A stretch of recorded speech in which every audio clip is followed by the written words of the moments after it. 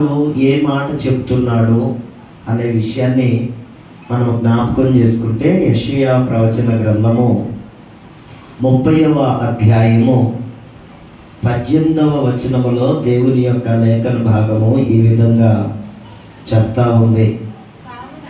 కావున మీ యందు దయ చూపవలెనని యెహోవా ఆలస్యము చేయుచున్నాడు, మిమ్మును కరుణింపవలెనని ఆయన నిలవబడి ఉన్నాడు. యెహోవా న్యాయము తీర్చు దేవుడు, ఆయన నిమిత్తము కనిపెట్టుకున్న వారందరూ ధన్యులు. దేవుడు తన పరిశుద్ధ లేఖన భాగాన్ని ప్రభువారు మనందరి వినికిడిలో దీవించును గాక. ఈ చదవబడినటువంటి ఈ లేఖన భాగాన్ని కనుక మనం జ్ఞాపకం చేసుకుంటే, ప్రభువారు ఈ రాత్రి మీతో చెప్పమంటున్నటువంటి మాట ఏంటి అని అంటే, మిమ్ములను కరుణించవలెనని మీ దేవుడైన యెహోవా ఏమై ఉన్నాడు అని అంటే, నీ యొద్ద నిలవబడి ఉన్నాడు. ఎవరిని కరుణించాలని? నన్ను కరుణించాలని అని చెప్పుకోవాలి. నిన్ను కరుణించాలి అని ఆయన నీ దగ్గర ఏమై ఉన్నాడు అని అంటే నిలబడి ఉన్నాడు. ఆయన ఎవరి దగ్గర నిలబడతారు, ఆయన నిలబడితే ఎలాంటి కార్యాలు జరుగుతాయి అనే విషయాన్ని క్లుప్తంగా మీకు అర్థమయ్యే విధంగా కొన్ని విషయాలు ఈ రాత్రి మీతో నేను పంచుకోవాలని ఆశపడుతున్నాను. ఆయన ఎవరి దగ్గర పెడితే ఆయన దగ్గర నిలబడడు. ఎవరి దగ్గర ఆయన నిలబడతాడు అనే విషయాన్ని జ్ఞాపకం చేసుకుంటే, ఆయన అసలు ఎందుకు నిలబడతాడు అని అంటే ఇక్కడ మనం చదువుకున్నాం. ఏమని చదువుకున్నాము? మిమ్ములను కరుణింపవలెనని. దేవుడు మనల్ని ఏం చేస్తానంటున్నాడు? కరుణిస్తాను అంటున్నాడు. ఆయనే కరుణ కలిగిన దేవుడు, కనికరమ కలిగిన దేవుడు, కటాక్షించగలిగిన దేవుడు. ఆయన కరుణను బట్టే, ఆయన కటాక్షమును బట్టే ఈ దినమును మనం బ్రతికి ఉన్నాం. దేవునికి స్తోత్రం, హల్లెలూయా. కనుక దేవుని యొక్క సన్నిధానములో ఆయన మనల్ని కరుణిస్తాను అంటున్నాడు. ఆయన నిన్ను నన్ను కరుణించుట కొరకై ఆయన మన దగ్గర ఏం చేస్తున్నాడు అంటే నిలవబడి ఉన్నాడు. మరి ఎవరి దగ్గర ఆయన నిలవబడతాను అని మనము దేవుని యొక్క లేఖనాధారాలను బట్టి చూస్తే, ఎవరికైతే ఒక దృఢమైన విశ్వాసము ఉంటుందో వారిని కరుణించాలి అని ఆయన ఏం చేస్తాడు అని అంటే వారి దగ్గర ఆయన నిలబడి ఉంటాడు. ఇప్పుడు మన దగ్గర దృఢమైన లేకపోతే స్థిరమైన బలమైన విశ్వాసం లేదనుకోండి, మనం మందిరానికి వచ్చినా సరే ఏ ప్రయోజనం ఉండదు. మన జీవితంలో ఎలాంటి కార్యాలు జరగవు. మనము ఏమై ఉండాలి అని అంటే ఒక దృఢమైన లేకపోతే ఒక స్థిరమైన ఒక బలమైనటువంటి విశ్వాసాన్ని మనం కలిగి ఉండాలి. విశ్వాసం అంటే ఏంటి అని అంటే లేని దానిని ఉన్నట్లుగా మనం నమ్మడమే. ఇక్కడ బాటిల్ లేదు అనుకోండి, ఇప్పుడు మన విశ్వాసం ఏంటి అని అంటే ఈ బాటిల్ ఉంది అని నమ్మడమే. ఇప్పుడు మన జీవితాలలో అసాధ్యమైన కార్యాలు అంటే మన రోగం బాదు, లేకపోతే మనకున్న అప్పులు బాబు, మన ఆధ్యాత్మిక స్థితి ఎదగట్లా. కానీ ఇప్పుడు మనకి ఎలాంటి విశ్వాసం ఉండాలి అని అంటే, నా రోగాన్ని నా దేవుడు తొలగిస్తాడు, నా బాధ నుంచి నా దేవుడు నన్ను విడిపిస్తాడు అనేటువంటి విశ్వాసము ఉంటే ఆయన ఏం చేస్తాడు అంటే నీ దగ్గరకు వచ్చి నిలబడతాడు. దేవునికి స్తోత్రం, హల్లెలూయా. ఆయన నిలబడితే కార్యాలు వేరు ఉంటాయి. అసలు ఆయన నిలబడాలి అని అన్నదానికి చెప్తున్నాను. ఇట్లానే మనం అందరం కూడుకుంటున్నాం కదా, అట్లాగే ఇప్పుడు ఇది మందిరం కదా, ఈ మందిరం పక్కన అటు చివర ఇందాక డేవిడ్ అని చెప్తున్నాడు, ఆ చివర కాలం ఉంటుందయ్యా అన్నాడు.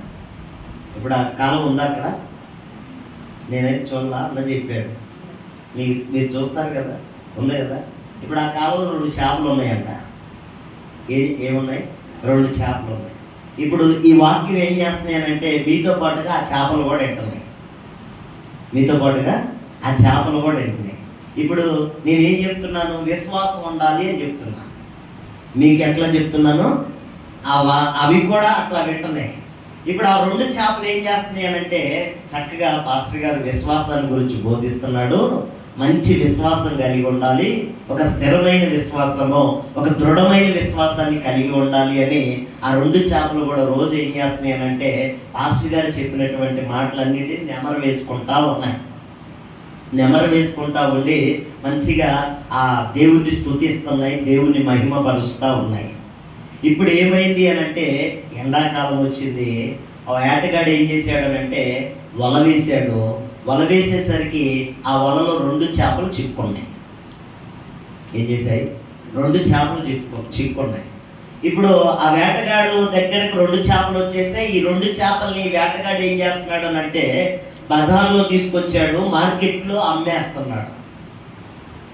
ఇప్పుడు ఈ 2 చేపలలో ఒకదానికి ఏమవుతుందనంటే విశ్వాసం బాగా ఉంది, ఒకదానికి విశ్వాసం ఏమైందనంటే తక్కువ అయిపోతుంది.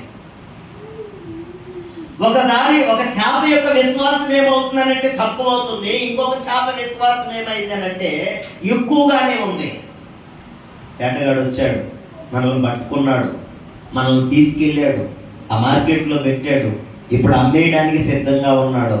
మనం చచ్చిపోతామని ఒక చేప అంటే, ఇంకొక చేప ఏమంటదనంటే, పాస్టర్ గారు చెప్పాడు, బలమైన విశ్వాసాన్ని కలిగి ఉంటే దేవుడు మనల్ని విడిపిస్తాడు, రక్షిస్తాడు అని చెప్పాడు. మనం ఏం చేయాలనంటే విశ్వాసాన్ని కలిగి ఉండాలి అని ఇంకొక చేప అంటుంది. ఇప్పుడు పరిస్థితులు అనుకూలంగా ఉన్నాయా, ప్రతికూలంగా ఉన్నాయా? మీరు చెప్పాలి. ఆ 2 చేపల మధ్య పరిస్థితులు అనుకూలంగా ఉన్నాయా, ప్రతికూలంగా ఉన్నాయా? చెరువులో ఉన్నంతసేపు విశ్వాసం అని అంటే బాగానే ఉంటుంది. ఇప్పుడు చెరువులో నుంచి బయటకు వచ్చాయి కాబట్టి ఒక చేపకి ఏం లేదు అని అంటే విశ్వాసం లేదు, ఇంకొక చేపకి మాత్రం విశ్వాసం ఉంది. ఇప్పుడు ఈ 2 మధ్య ఏం జరుగుతుంది అంటే సంభాషణ జరుగుతుంది. ఈ వేటగాడు ఏం చేశాడు అని అంటే దానిని తీసుకొచ్చి ఆ బజార్లో పెట్టి ఒక అతనికి అమ్మేశాడు. అమ్మేస్తే ఇంకొక అంటే ఒక చేప అంటుంది, బలహీనమైనటువంటి చేప అంటుంది, ఇదిగో పాస్టర్ గారు చెప్పాడు అన్నావు, దేవుడా అంటున్నావు, ఏంది పరిస్థితి? చివరికి ఆ యొక్క వ్యక్తికి కూడా అమ్మేశాడు. ఇప్పుడు ఆ వ్యక్తి తీసుకెళ్ళి ఇంటికి వెళ్ళిన తర్వాత మనల్ని కట్ చేసేసుకొని కూర వండుకొని తినేస్తాడు. మన విశ్వాసం అంటున్నావు ఏంది అనేసి మాట్లాడుతుంటే, ఇంకొక చేప మాత్రం మన దేవుని మీద మనం ఎల్లప్పుడూ కూడా ఒక స్థిరమైన బలమైన విశ్వాసాన్ని కలిగి ఉండాలి అని అది చెప్తానే ఉంది. ఇది మాత్రం అవిశ్వాస మాటలు మాట్లాడుతూనే ఉంది. మొత్తానికి యజమానుడు ఇంటికి తీసుకెళ్ళాడు. ఇంటికి తీసుకెళ్ళిన తర్వాత తన భార్యని పిలిచి ఏం చేశాడనంటే ఆ 2 చేపల్ని ఇచ్చాడు. ఆ భార్య ఏం చేసింది అనంటే చెట్లో పెట్టేసింది. చెట్లో పెట్టేసి చక్కగా వాటిని అంటే చేపల్ని కట్ చేసి ఈకల తోకలు తీసేసి దాన్ని పులుసంతా రుద్దేసి చక్కగా కత్తిరించుకుందామని ఆ చెట్టు మీద పెట్టేసి అక్కడ పెట్టేసేసరికి ఈ లోపు ఏమవుతుంది అనంటే ఒక బలమైన గాలి దూలింది.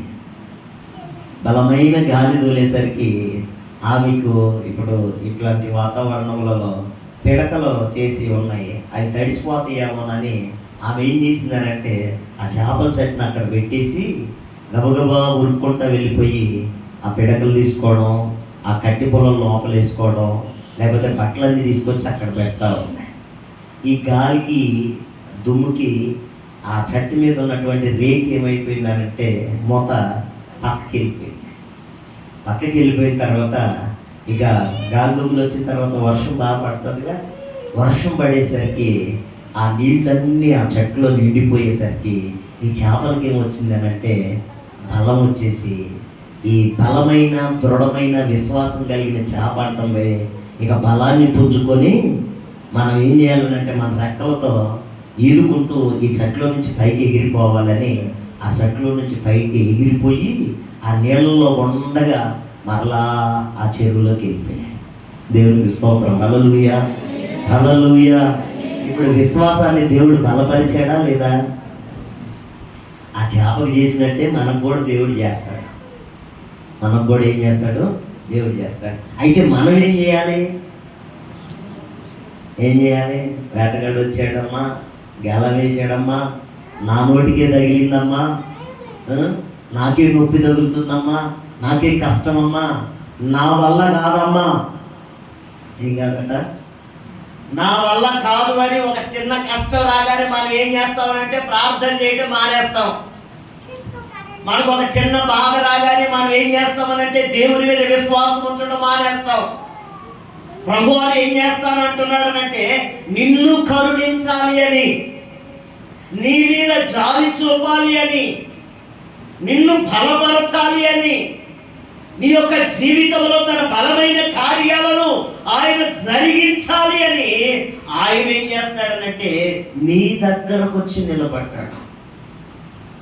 నీలో ఎలాంటి బలమైన దృఢమైన విశ్వాసం ఉంటే ఆయన నిన్నేం చేస్తాడు అని అంటే గనక తన మహిమ కలిగిన కార్యాలను నీ జీవితంలో జరిగిస్తాడు. నువ్వు ఏ శ్రమ గుండగా వెళ్తున్నా, నువ్వు ఏ ఇబ్బంది గుండగా వెళ్తున్నా, నీ యొక్క జీవితంలో ఎలాంటి కష్టం గుండగా నువ్వు వెళ్తున్నా, ఆ కష్టం అంతటా దేవుడు ఏం చేస్తాడు అనంటే తొలగిస్తాడు, తప్పిస్తాడు. ఇప్పుడు ఈ బలమైన విశ్వాసం అని చెప్పాను కదా, ఈ బలమైన విశ్వాసం నీకుంటే నువ్వేం చేస్తావు అనంటే దేవుని మీద ఆధారపడతావు. దేవునికి ఏం చేస్తావు అనంటే నువ్వు ప్రార్థన చేస్తావు. నీ కష్టం వస్తే ఎప్పుడైతే నువ్వు ప్రార్థన చేస్తావో, ఎప్పుడైతే నువ్వు దేవుని వైపు చూస్తావో, ఎప్పుడైతే నువ్వు దేవుని మీద ఆనుకుంటావో, అప్పుడు సర్వశక్తి కలిగిన దేవుడు ఏం చేస్తాడు అనంటే నీ జీవితంలో అద్భుతము చేయడం ప్రారంభిస్తాడు. దేవునికి స్తోత్రం. హల్లెలూయా, హల్లెలూయా. మన జీవితంలో ఒక బలమైన కార్యాలు అద్భుతం జరగాలి అనంటే ఆ అద్భుతము ఎక్కడి నుండి ప్రారంభించబడుతుంది అనంటే ప్రార్థన చేయుటను బట్టి.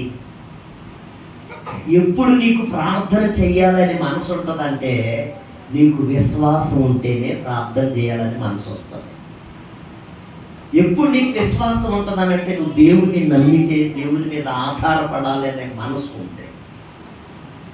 కనుక ఇప్పుడు ఆయన నీ యొక్క నిలబడి, ఇప్పుడు నీలో ఒక బలమైన విశ్వాసం ఉంటే నీ దగ్గర నిలబడి ఆయన నీకేం చేస్తాడనంటే తన కరుణ కటాక్షం చూపుతాడు. ఆయన కరుణ కటాక్షం చూపితే ఏమవుతుంది అనే దానికంటే ముందుగా ఇంకొక మీకు అర్థం అవ్వాలని ఒక విషయం చెప్తున్నాను. రాబర్ట్ హెలెన్ అనేటువంటి ఒక వ్యక్తి దేవుని మీద ఆనుకున్నాడు, ఆధారపడ్డాడు, మంచిగా ప్రార్థన చేసుకుంటూ ఉంటాడు. ఒక రోజున దేవుడు అతనికి ప్రత్యక్షమయ్యాడు. ప్రత్యక్షమై ఏం చేశాడు అని అంటే నీ దగ్గర ఉన్నటువంటి 50,000 రూపాయల డాలర్లను నువ్వు దేవుని సేవకి ఇచ్చేయని చెప్పాడు. ఇప్పుడు ఆయనకు ఆ నెలంతా అంటే ఆ ఖర్చులు అవి అన్నీ పోగా మిగిలినవి వాటితో ఆయన బ్రతకాలన్నట్టు.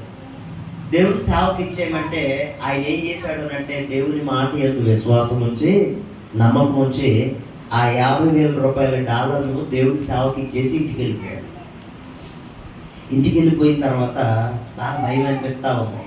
మరి ఆ నెలంతా ఎలా బ్రతకాలి, మరి ఆ నెలంతా ఏం తినాలి, మరి ఆ నెలంతా మరి కావాల్సిన ఖర్చులన్నీ ఎలా అని ఆయన బాగా అంటే గుబులుగా భయంగా అనిపించి దేవుని మాటకు నేను లోబడ్డాను, దేవుడే నాకు సహాయం చేస్తాడు అని ఆయన ఏం చేస్తున్నాడంటే దేవుడు ప్రార్థన చేస్తూ ఉన్నాడు. దేవుడు ప్రార్థన చేస్తూ ఉంటే మధ్యరాత్రి వేళ 12 గంటల సమయంలో ఒక ముసలావిడ ఆ నెలకు కావలసినటువంటి సరుకులన్నీ సామాగ్రి అంతటిని తీసుకొచ్చి డోర్ తడతా ఉన్నాయి. ఏం చేస్తుంది, డోర్ తట్టి ఆ ముసలావిడ ఇంటికి వచ్చి రాబర్ట్ హెలెన్ అనే వ్యక్తివి నువ్వేనా అని కన్ఫర్మ్ చేసుకొని ఆ కావలసినటువంటి అవన్నీ కూడా దేవుడు నాకు చెప్పాడు, ఇప్పుడు వాటన్నిటిని నేను నీకు తీసుకొచ్చి ఇచ్చాను అని ఆమె ఏం చేసిందంటే ఇచ్చేసి, అంటే విశ్వాసము దేవుని మీద ఆధారపడితే దేవుడు చేసే కార్యాలు ఏంటో నేను మీకు అర్థం అవ్వాలని చెప్తున్నాను. అయితే దేవుని యొక్క సన్నిధానంలో ఇప్పుడు మన దగ్గర దేవుడు నిలిచి ఏం చేస్తాడు అంటే నిన్ను కరుణించాలి. ఆయన కరుణిస్తే ఏమవుతుంది అనే విషయాన్ని జ్ఞాపకం చేసుకుంటే లోకా రాసినటువంటి శుభవార్తలో 18వ అధ్యాయము 40వ వచనంలో లూకా రాసినటువంటి శుభవార్త 18వ అధ్యాయము 40వ వచనంలో, అంతటా యేసు నిలిచి తన యొద్దకు తీసుకొని రమ్మనెను. చదవండి.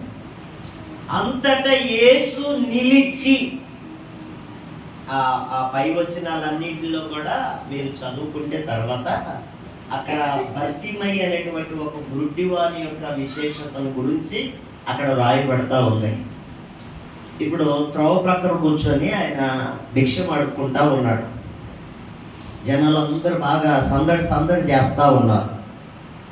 ఆయన కళ్ళు కనపడం. సందడి చేస్తున్నాడంటే ఆయన్ని అడుగుతున్నాడు ఆ సందడి విని.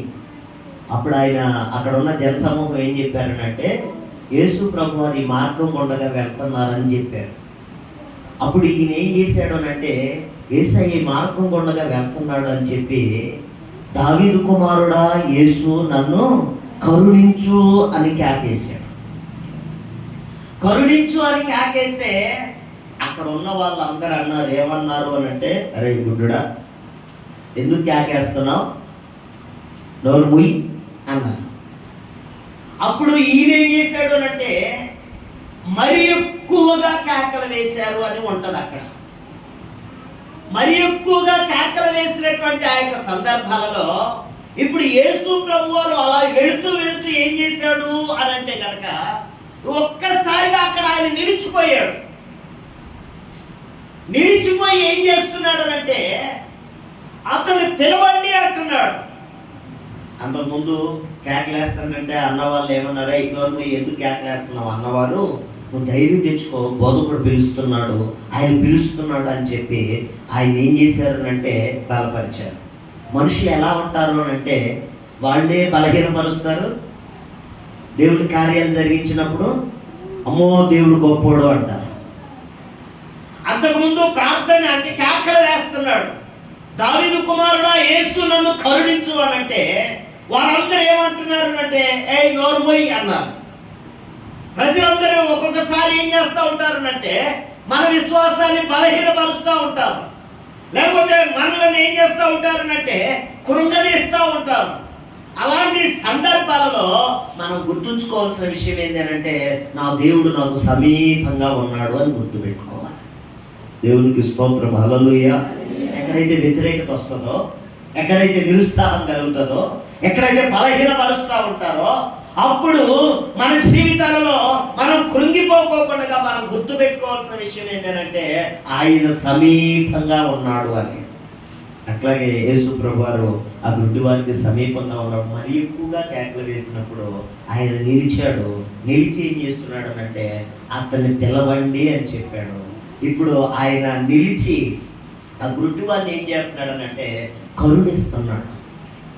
ఎలా కరుణిస్తున్నాడు అనే విషయాన్ని జ్ఞాపకం చేసుకుంటే, అతని బ్రతుకంతా కూడా ఏమైంది అని అంటే చీకటి. అతని బ్రతుకంతా చీకటి. చీకటి బ్రతుకును దేవుడు ఏం చేశాడు అని అంటే వెలుగుగా మార్చాడు. ఏం చేశాడు? వెలుగుగా మార్చాడు. ఇప్పుడు ఆయన నిలిచి ఉంటే మన జీవితంలో జరిగే మొట్టమొదటి కార్యం ఏంటి అని అంటే కనుక, మన బ్రతుకులలో వెలుగును నింపుతాడు. మన బ్రతుకును అంటే చీకటితో లేకపోతే మరణాంధకారముగా ఉన్నటువంటి ఆ ప్రతికూలమైన పరిస్థితులన్నిటినీ కూడా వెలుగుతో నింపి ఆయన ఏం చేస్తాడు అని అంటే జీవముతో నింపుతాడు. దేవునికి స్తోత్రం, హల్లెలూయా. ఆయన మన దగ్గర నిలిచి ఉంటే మన బ్రతుకులు ఏమవుతాయి అంటే జీవముతో నింపబడతాయి, వెలుగుగా నింపబడతాయి, వెలుగుగా మలచబడతాయి. ఇప్పుడు ఈ గుడ్డివారి యొక్క జీవితంలో మరి అక్కడ దగ్గరగా చూస్తే 38 సంవత్సరాలు లేకపోతే 40 సంవత్సరాలు పైబడి ఆయన గుడ్డితనంలో ఉన్నటువంటి తన యొక్క జీవితంలో యేసు ప్రభువారు నిలిచి ఏం చేస్తున్నాడు అంటే తన యొక్క జీవితంలోనికి వెలుగును నింపుతున్నాడు. ఈయనలోనికి వెలుగును నింపడానికి గల కారణం ఏంటి అని అంటే ఈయనకి ఒక బలమైన విశ్వాసం ఉంది, ఈయనలో ఒక స్థిరమైన విశ్వాసం ఉంది. అప్పటికి ఆయన కళ్ళు రాలా. బోధకుడు పిలుస్తున్నారు అని అంటే ఆయన ఏం చేశాడనంటే తన బట్టను పారేసి ఆయన దగ్గర ఉరుక్కుంటూ వచ్చేసాడు. ఇప్పుడు ఆయన దగ్గరికి వచ్చిన తర్వాత ఒకవేళ ఆయన కళ్ళు ఇవ్వకపోతే, లేకపోతే ఆయన దగ్గరికి వచ్చిన తర్వాత బ్రతుకు మార్చకపోతే, మరి మరలా నా యథాస్థితి ఆ బట్ట మీద కూర్చొని భిక్ష అడుక్కోవాల్సిందే కదా, ఆ బట్ట నాతో ఉంటే బాగుండు అని అనుకోవాలా. ఆయన నన్ను పిలుస్తున్నాడు, ఆయన దగ్గరకు నేను వెళ్తున్నాను, ఆయన నా జీవితంలో ఏదో ఒక బలమైన కార్యాన్ని చేస్తాడు అనేటువంటి ఒక స్థిర బలమైనటువంటి విశ్వాసము తన జీవితంలో ఉంది కనుకనే ఆయన ఏం చేశాడు అంటే బట్టను పారవేసి వెళ్ళిపోయాడు యేసయ్య దగ్గరికి. అప్పుడు యేసయ్య ఏం చేశాడు అంటే తన చీకటి బ్రతుకంతటిని కూడా వెలుగుగా మార్చాడు. దేవునికి స్తోత్రం, హల్లెలూయా. యేసయ్య నిలిస్తే మొట్టమొదటిది మన చీకటి అంతా, అంధకారం అంతా, నిర్జీవం అంతా, మరణకరమైన పరిస్థితులన్నిటి నుంచి కూడా ఆయన మనలను విడిపించగలిగిన దేవుడు, మన స్థితిని మార్చగలిగిన దేవుడు ఆయన నిలిచి ఉన్నప్పుడు. రెండవది ఏం జరుగుతుంది అనే విషయాన్ని మనం జ్ఞాపకం చేసుకుంటే, యోహాను రాసినటువంటి శుభవార్తలో 20వ అధ్యాయము 14, 15, 16 వచనాలను చదువుకుందాం.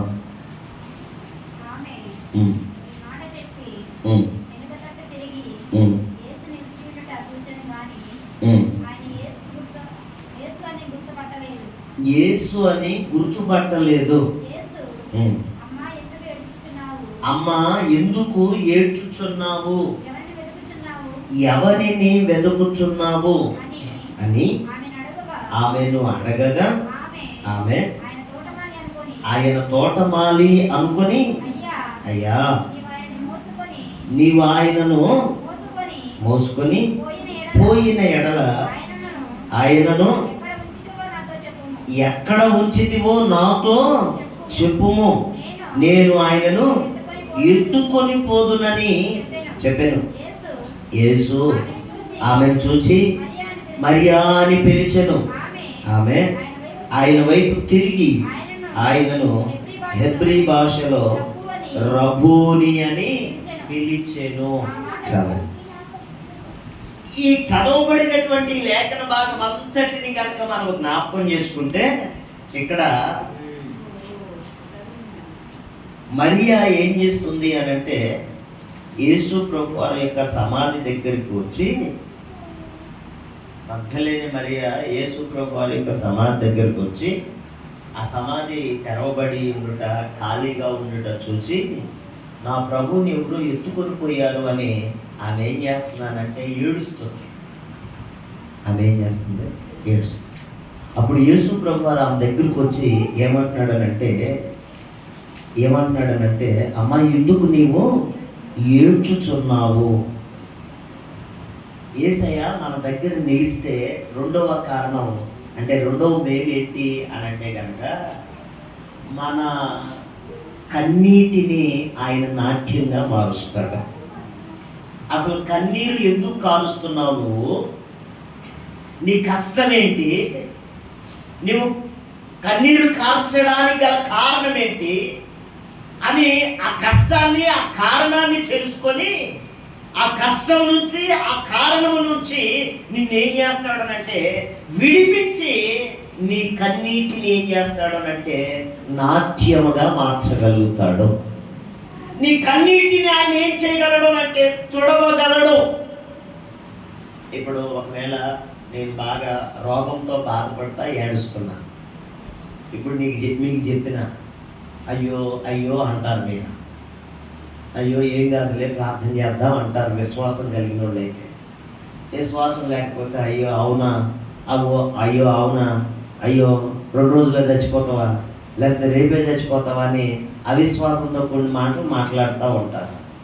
అలాంటి సందర్భాలలో ఇప్పుడు మీరు విన్న తర్వాత ఆ కన్నీటికి కారణం తెలుసుకున్న దాని నుంచి ఇది అని పరిష్కారం చూపలేదు.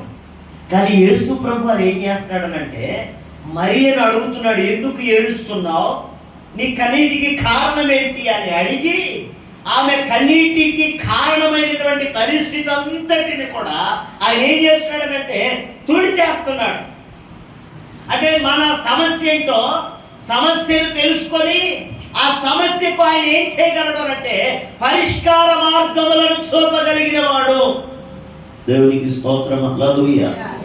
ఇప్పుడు ఆయన పరిష్కార మార్గాలు చూపాలి, ఆయన నిలబడాలి అని అంటే మనకు ఉండాల్సింది ఏంటంటే విశ్వాసం. బలమైన, దృఢమైన, స్థిరమైన విశ్వాసం అనుకుంటే మన కన్నింటిని ఆయన నాట్యంగా మార్చగలుగుతాడు. నువ్వు ఏ పరిస్థితి ఉండకన్నా వెళ్ళు. ఈ రాత్రికాల సమయంలో నీకు ఒక బలమైన విశ్వాసం ఉంటే, ఈ రాత్రికాల సమయంలో కలవరిశిలలో నా కొరకై ఆయన తన రక్తాన్ని కాచాడు, నా కన్నీటిని ఆయన నాట్యముగా మార్చగలడు అనేటువంటి ఒక విశ్వాసము నీ జీవితంలో ఉంటే నీ పరిస్థితిని ఆయన ఏం చేయగలడు అంటే మార్చగలడు. ఈ పరిస్థితిని ఏం చేయగలడు? మార్చగలడు. నేను కొత్తగూడెం సేవకు వెళ్ళిన తర్వాత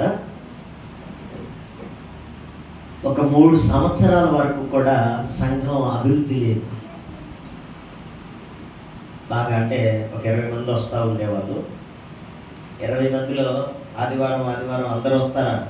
ఒక ఆదివారం ఊరు వెళ్తే, ఒక ఆదివారం పెళ్ళికి వెళ్తే, లేకపోతే ఒక ఆదివారం ఫంక్షన్కి వెళ్తే ఆ 20 మందిలో 10 మంది కనపడతా ఉంటారు అన్నట్టు. వస్తారు, వెళ్ళిపోయేవాళ్ళు, వాక్యం వినేవాళ్ళు కాదు. అంటే వాక్యం వినేవాళ్ళు, సంఘంలో స్థిరపడేవాళ్ళు కాదు. నేను ఆరాధన చేస్తున్నప్పుడల్లా మా మందిరం పక్కన ఒక అంటే ఏడుపు శబ్దం బాగా వినబడతా ఉండేది.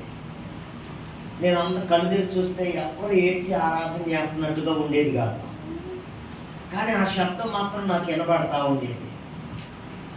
ఇక మేము ఉండే ఇంట్లో ఏమవుతా ఉంటుందనంటే ఒక మనుషులు తిరిగినట్లుగా ఈవిల్ స్పిరిట్స్ అంటే దయ్యాలు తిరుగుతూ ఉంటాయి.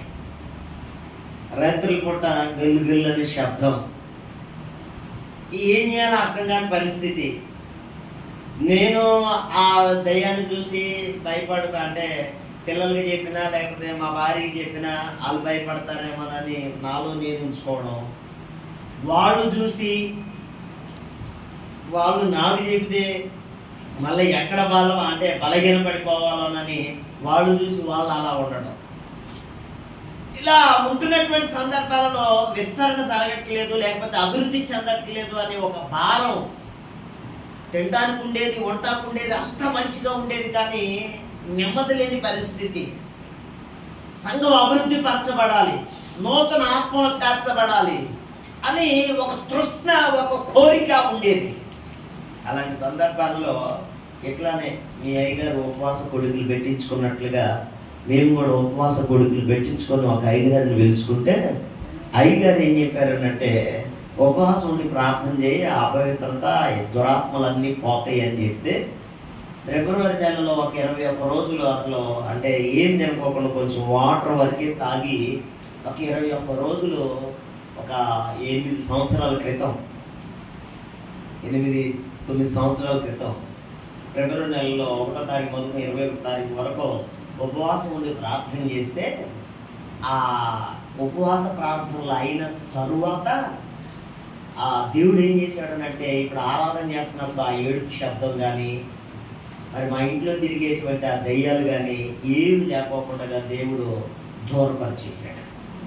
ఆ దినం మొదలుకొని సంఘంలోనికి నూతన ఆత్మలు రావడం, వారు సంఘంలో స్థిరపరచబడడం, సంఘం అభివృద్ధి పరచబడడం, సంఘంలో దేవుడు బలమైన కార్యాలను జరిగిస్తూ వస్తున్నాడు. అప్పుడు పాస్టర్ గారు చెప్పేసి వెళ్ళిపోతే ఇప్పుడు నాకు విశ్వాసం లేకపోతే నేను ఉపవాసం ఉండి ప్రార్థన చేసేవాడినా?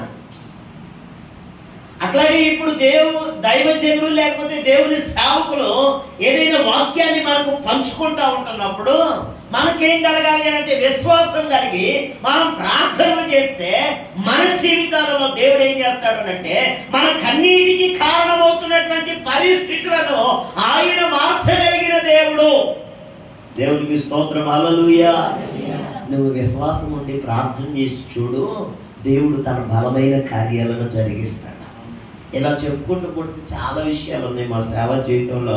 నేను 15 సంవత్సరాల అనుభవమే అయినప్పటికీ కూడా ప్రార్థనల ద్వారా దేవుడు జరిగించినటువంటి బలమైన కార్యాలు చాలా ఉన్నాయి. ఓ భార్యాభర్తలు 10 సంవత్సరాలు విడిపోయారు. ఇక వాళ్ళు కలవడం అసాధ్యం. కొత్తగూడెం ప్రాంతంలో వాళ్ళు కలవడం అసాధ్యం. వాళ్ళ గురించి అలా పుకారు ఉండేది. అయితే ఒకటే ప్రార్థన, మనుషులకు అసాధ్యమేమో కానీ దేవునికి సమస్తము సాధ్యం. మనుషులకు అసాధ్యము కానీ దేవునికి సాధ్యము అని 3 సంవత్సరాలు ప్రార్థన చేస్తే 4వ సంవత్సరంలో వారిద్దరు కలిశారు. దేవునికి స్తోత్రం. హల్లెలూయా, హల్లెలూయా. మనుషులకు అసాధ్యమైన కార్యాలను దేవునికి సాధ్యం. మనం విశ్వాసంతో మన పరిస్థితి అంతటిని కూడా దేవుని దగ్గర పెడితే దేవుడు ఏం చేస్తాడు అంటే మన కన్నీటిని తుడుస్తాడు, మన దుఃఖాన్ని తుడుస్తాడు. మన కన్నీటికి కారణమైన పరిస్థితులను ఆయన ఏం చేయగలడు అంటే మార్చగలిగిన దేవుడు. మనం అలాంటి విశ్వాసంతో మనం ప్రార్థన చేస్తే నా జీవితంలో జరిగించిన దేవుడు నీ జీవితంలో కూడా జరిగిస్తాడు. నువ్వు ఇప్పుడు ఏ పరిస్థితి గుండగన్నా వెళ్ళు, నువ్వు ఏ పరిస్థితి గుండగన్నా వెళ్ళు, నీ కన్నీటికి ఏ పరిస్థితి కారణమైనా సరే యేసయ్య పాదాల దగ్గరకు వచ్చి, అయ్యా నా కన్నీటికి కారణం ఇది, నేను ఈ పరిస్థితి గుండగా వెళుతున్నాను, నన్ను విడిపించేవారు ఎవరు లేరు, నీ ఒక్కడమే విడిపించగలిగిన దేవుడు అని నీ యందు నేను విశ్వసించి ప్రార్థన చేస్తున్నాను నాయన, ఈ రాత్రి నీవు నన్ను దర్శించాలి అని నువ్వు ప్రార్థన చేసి చూడు, దేవుడు అద్భుతాన్ని నువ్వు చూస్తావు. దేవునికి స్తోత్రం. హల్లెలూయా. ఆ మరియ ఏడుస్తుంది, నా బోధకుని ఎవరో ఎత్తుకొని పోయారు అని. అప్పుడు యేసు ప్రభువు వారు అడుగుతున్నాడు, ఎందుకమ్మా ఏడుస్తున్నావు, ఎందుకు ఏడుస్తున్నావు అని చెప్పి, ఏడవమాక అని చెప్పి ఆయన అప్పుడు మరియా అని పిలిస్తే అప్పుడు వెంటనే ఆమె యేసయ్య స్వరాన్ని గుర్తించి ఆయన నా దగ్గర నిలిచాడు, ఆయన వెళ్ళిపోయాడని నేను ఏడ్చాను, ఆయనే వచ్చాడు అని ఆమె కన్నీరు ఏం చేయబడిందనంటే తొడవబడింది. దేవునికి స్తోత్రం. హల్లెలూయా. ఈ రోజున నీ పరిస్థితి, నీ కుటుంబ పరిస్థితులు, నీ పిల్లల పరిస్థితులు, నీ భర్త పరిస్థితి, లేకపోతే నీ భార్య పరిస్థితి, నీ కుటుంబ పరిస్థితులు ఎలా ఉన్నాయో నాకైతే తెలియదు, కానీ ఈ రాత్రి పరిశుద్ధాత్మ దేవుడు మనతో మాట్లాడుతున్న మాట ఏంటి అనంటే, ఆయన నీ దగ్గర నిలిచి నీ కన్నీటిని ఆయన ఏం చేస్తాడు అనంటే తుడుస్తాడు. నీ దుఃఖాన్ని ఆయన నాట్యముగా మార్చగలిగిన వాడు, ఆయన నీ జీవితంలో తన బలమైన కార్యాలను జరిగించగలిగిన వాడు అని నువ్వు విశ్వసించి ప్రార్థించగలిగితే, నువ్వు విశ్వసించి దేవుణ్ణి వేడుకోగలిగితే, నీకు అసాధ్యము అనుకున్న కార్యాన్ని ఆయన సాధ్యం చేస్తాడు. నీకు అసాధ్యం, ఇది నా వల్ల కాదు అని నువ్వు ఒకవేళ నువ్వు నిరాశపడతా ఉంటే ఆయన తన కార్యాన్ని జరిగిస్తాడు. దేవునికి స్తోత్రం. హల్లెలూయా. ఆయన నిలిస్తే ఏం జరుగుతుందని చెప్పుకున్నాం. మొట్టమొదటిది చెప్పాలి, మీరందరూ బాగా విన్నారు ఇప్పుడు దాకా. ఆయన నిలిస్తే మన చీకటి బ్రతుకంతా కూడా వెలుగుగా మార్చబడుతుంది. మరణం లేకపోతే నీకు జీవమైన పరిస్థితులన్నీ కూడా జీవంగా నింపబడతాయి. రెండవది, ఆయన నిలిస్తే మన కన్నీరు తొడవబడుతుంది. మూడవది, ఆయన నిలిస్తే ఏం జరుగుతుంది అనే విషయం చెప్పేసి మనం ముగించుకుందాం. అదే యోహాను సువార్త 21వ అధ్యాయం 3-4 వచనాలను చదువుకుందాం. యోహాను సువార్త 21వ అధ్యాయం 3-4 వచనం. సీమోను పేతురు, నేను చేపలు పట్టబోదునని వారితో అనగా, వారు మేమును నీతో కూడా వచ్చిదమనేవి. వారు వెళ్ళి దోణి ఎక్కిరి, కానీ ఆ రాత్రి ఏమీయో పట్టలేదు. సూర్యోదయమగుచుండగా యేసు ధరిని నిలిచెను. అయితే ఆయన యేసు అనే శిష్యులు గుర్తుపట్టలేదు. యేసు, పిల్లలారా, భోజనమునకు మీ యొద్ద ఏమైనా ఉన్నదా అని వారిని అడగగా లేదని వారు ఆయనతో చెప్పారు. ఇంకా ఆ విషయం తర్వాత మీరు ఇంటికి వెళ్ళిన తర్వాత చదువుకోండి. అయితే ఇప్పుడు యేసు ప్రభువారు ఆ ధరిని నిలిచారు. సీమోను పేతురు చేపలు పట్టడానికి వెళితే వారితో పాటు కొంతమంది వెళ్ళారు. రాత్రంతా చేపలు పట్టారు కానీ ఏం దొరకలా. ఉదయం అవుతున్నప్పుడు యేసు ప్రభువారు ఏం చేశాడు అంటే ధరిని నిలిచెను అని ఉంది. ఈ రోజున మనం చెప్పుకున్న మాట ఏంది అని అంటే, మిమ్ములను కరుణింపవలనని ఆయన నిలిచి ఉండెను. ఇప్పుడు యేసు ప్రభు వారు ఆ శిష్యుల దగ్గరికి వచ్చి నిలిచారు. నిలిచి అడుగుతున్నారు. ఏమని అడుగుతున్నారు అనంటే, మీ వద్ద ఏమైనా తినడానికి ఉందా అనంటే, ఏం లేదు, మేము రాత్రంతా చేపలు పట్టడానికి వచ్చాం కానీ ఒక చేప కూడా మాకు దొరకలేదు అని చెప్తే, యేసు ప్రభు వారు ఏమంటున్నాడు అనంటే, ఆ తట్టు వలయ్యండి అని చెబితే, అప్పుడు వారు వల వేస్తే వారికి 153 చేపలు దొరికినట్లుగా దేవుని యొక్క లేఖన భాగాన్ని మనం చూస్తున్నాం. ఆ తర్వాత యేసు ప్రభు వారు ఏమంటున్నాడు అంటే, మీ దగ్గర తినడానికి ఏమన్నా ఉందంటే ఏమీ లేదని చెప్పిన తర్వాత యేసు ప్రభు వారు ఏం చేశాడంటే, వారి కొరకు ముందుగానే ఆహారాన్ని సిద్ధపరిచాడు. ఇప్పుడు దేవుడు మన దగ్గర నిలిస్తే మూడవ కార్యము ఏంటి అనే విషయాన్ని జ్ఞాపకం చేసుకుంటే, మన అవసరాలను తీరుస్తాడు. మన అవసరాలను ఆయన గుర్తించి ఆయన మనకు సహాయం చేస్తాడు. ఆయన లేకోకుండా మనం రాత్రంతా ప్రయాసపడిన, ఇక్కడ ఉంది కదా దేవుని వాక్యం ఏమని ఉంది, రాత్రంతా వారు వలలు వేశారు కానీ ఒక్క చేప కూడా దొరకలేదు అని ఉంటుంది.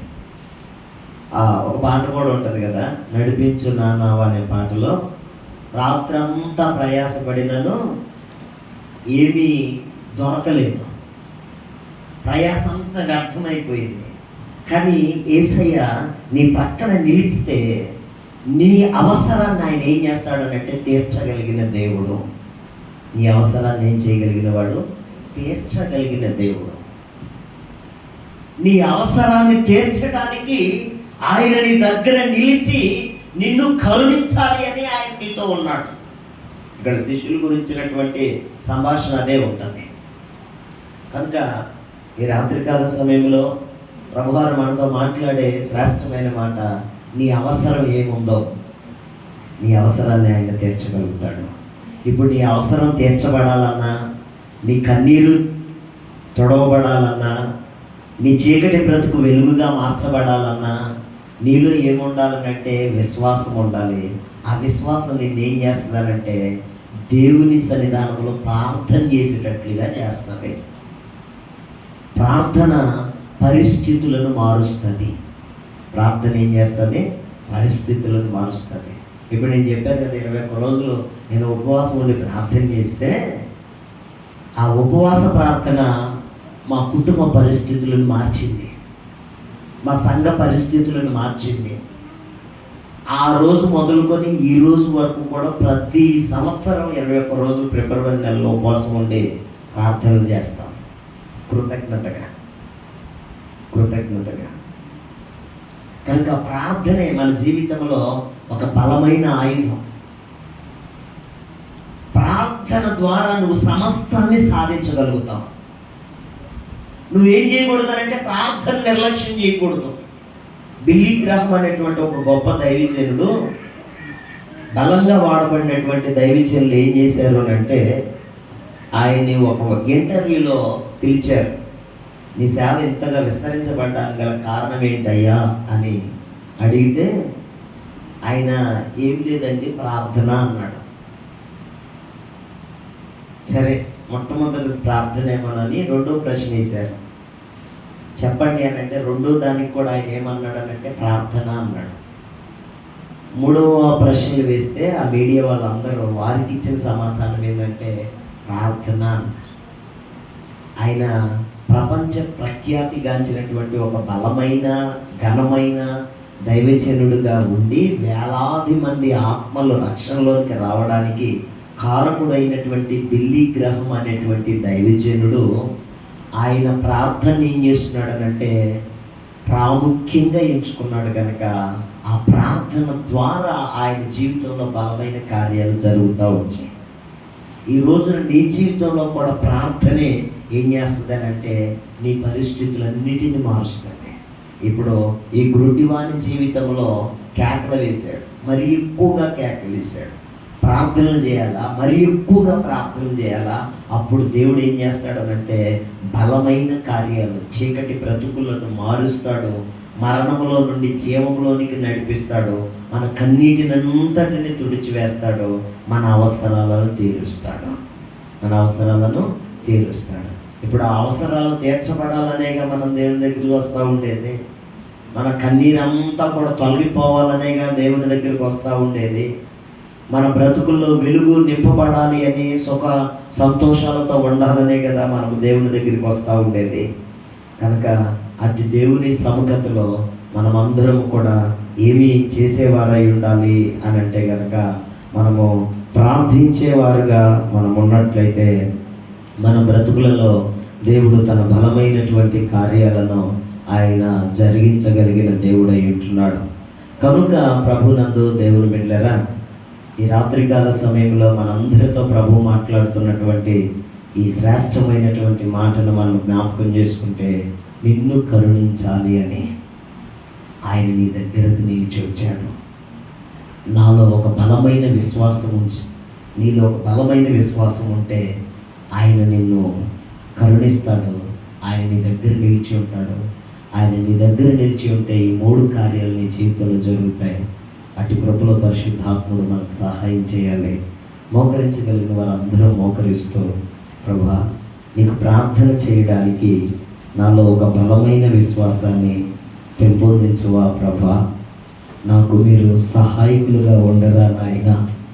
ప్రభా నీ మీద ఆనుకోగలిగిన, నీకు ప్రార్థన చేయగలిగిన, నీ వైపు చూడగలిగిన నీ పరిశుద్ధాత్మ సహాయత మీరు నాకు ఇవ్వండి నాయన.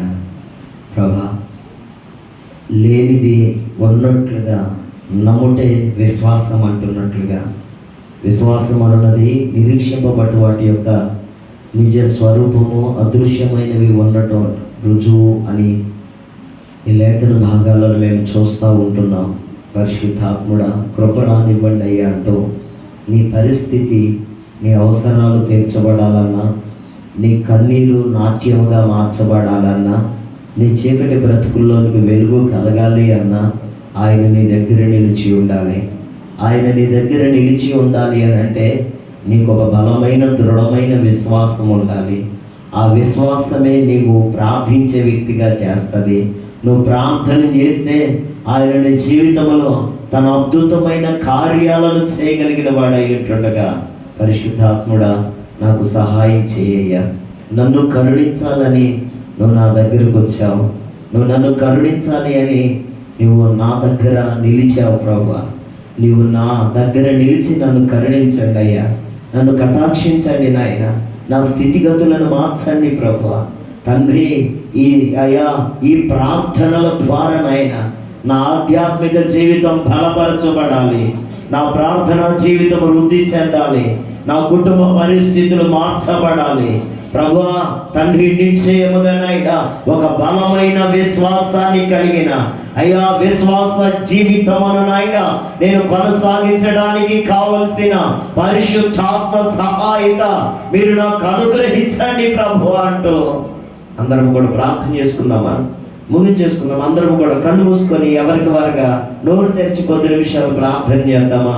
ప్రభువా నన్ను బలపరచు నాయనా.